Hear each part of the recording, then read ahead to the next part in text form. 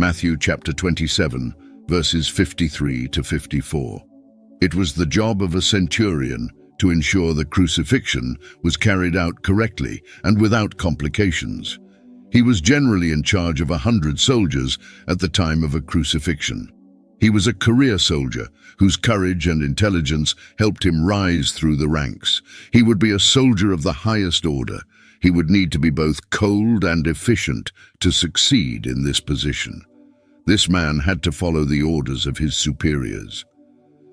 The scene at Jesus' crucifixion was so remarkable that even a hardened Roman centurion recognized that this was the Son of God. This realization meant that Jesus was innocent of the crime for which he was on the cross. The centurion must have had a mix of emotions. He had just realized that he had overseen the crucifixion of an innocent man.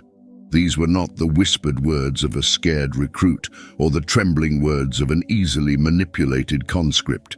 They were the conclusions reached by a seasoned veteran, a man who had watched countless men suffer horrific ends and was responsible for leading them to death. This centurion was well aware of the strong condemnation of the Jewish religious leaders who put Jesus on the cross for blasphemy. His commander-in-chief, Pontius Pilate, had upheld Jesus' condemnation for making this claim, but he rejects the condemnation and declares Jesus' claim. Why? Because the arguments in favor of Christ were overwhelming. Although he undoubtedly had overseen many crucifixions, this execution was different. What did he see? Various scenes from the events of Jesus' arrest, trial, and crucifixion combined into a compelling statement. It might have been Jesus' response to the injustice he was forced to endure at the hands of his own countrymen through arrest and trials.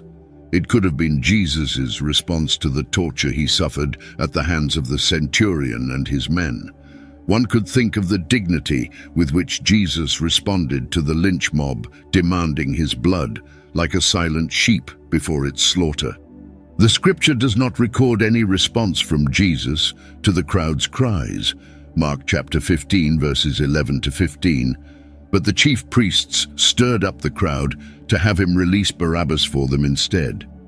Pilate answered again, "Then what shall I do with the one you call the King of the Jews?" They shouted back, "Crucify him." But Pilate asks, "Why, what evil has he done?" Yet they shouted all the more, "Crucify him." So Pilate, wishing to satisfy the crowd, released Barabbas for them, and after having Jesus whipped, handed him over to his soldiers to be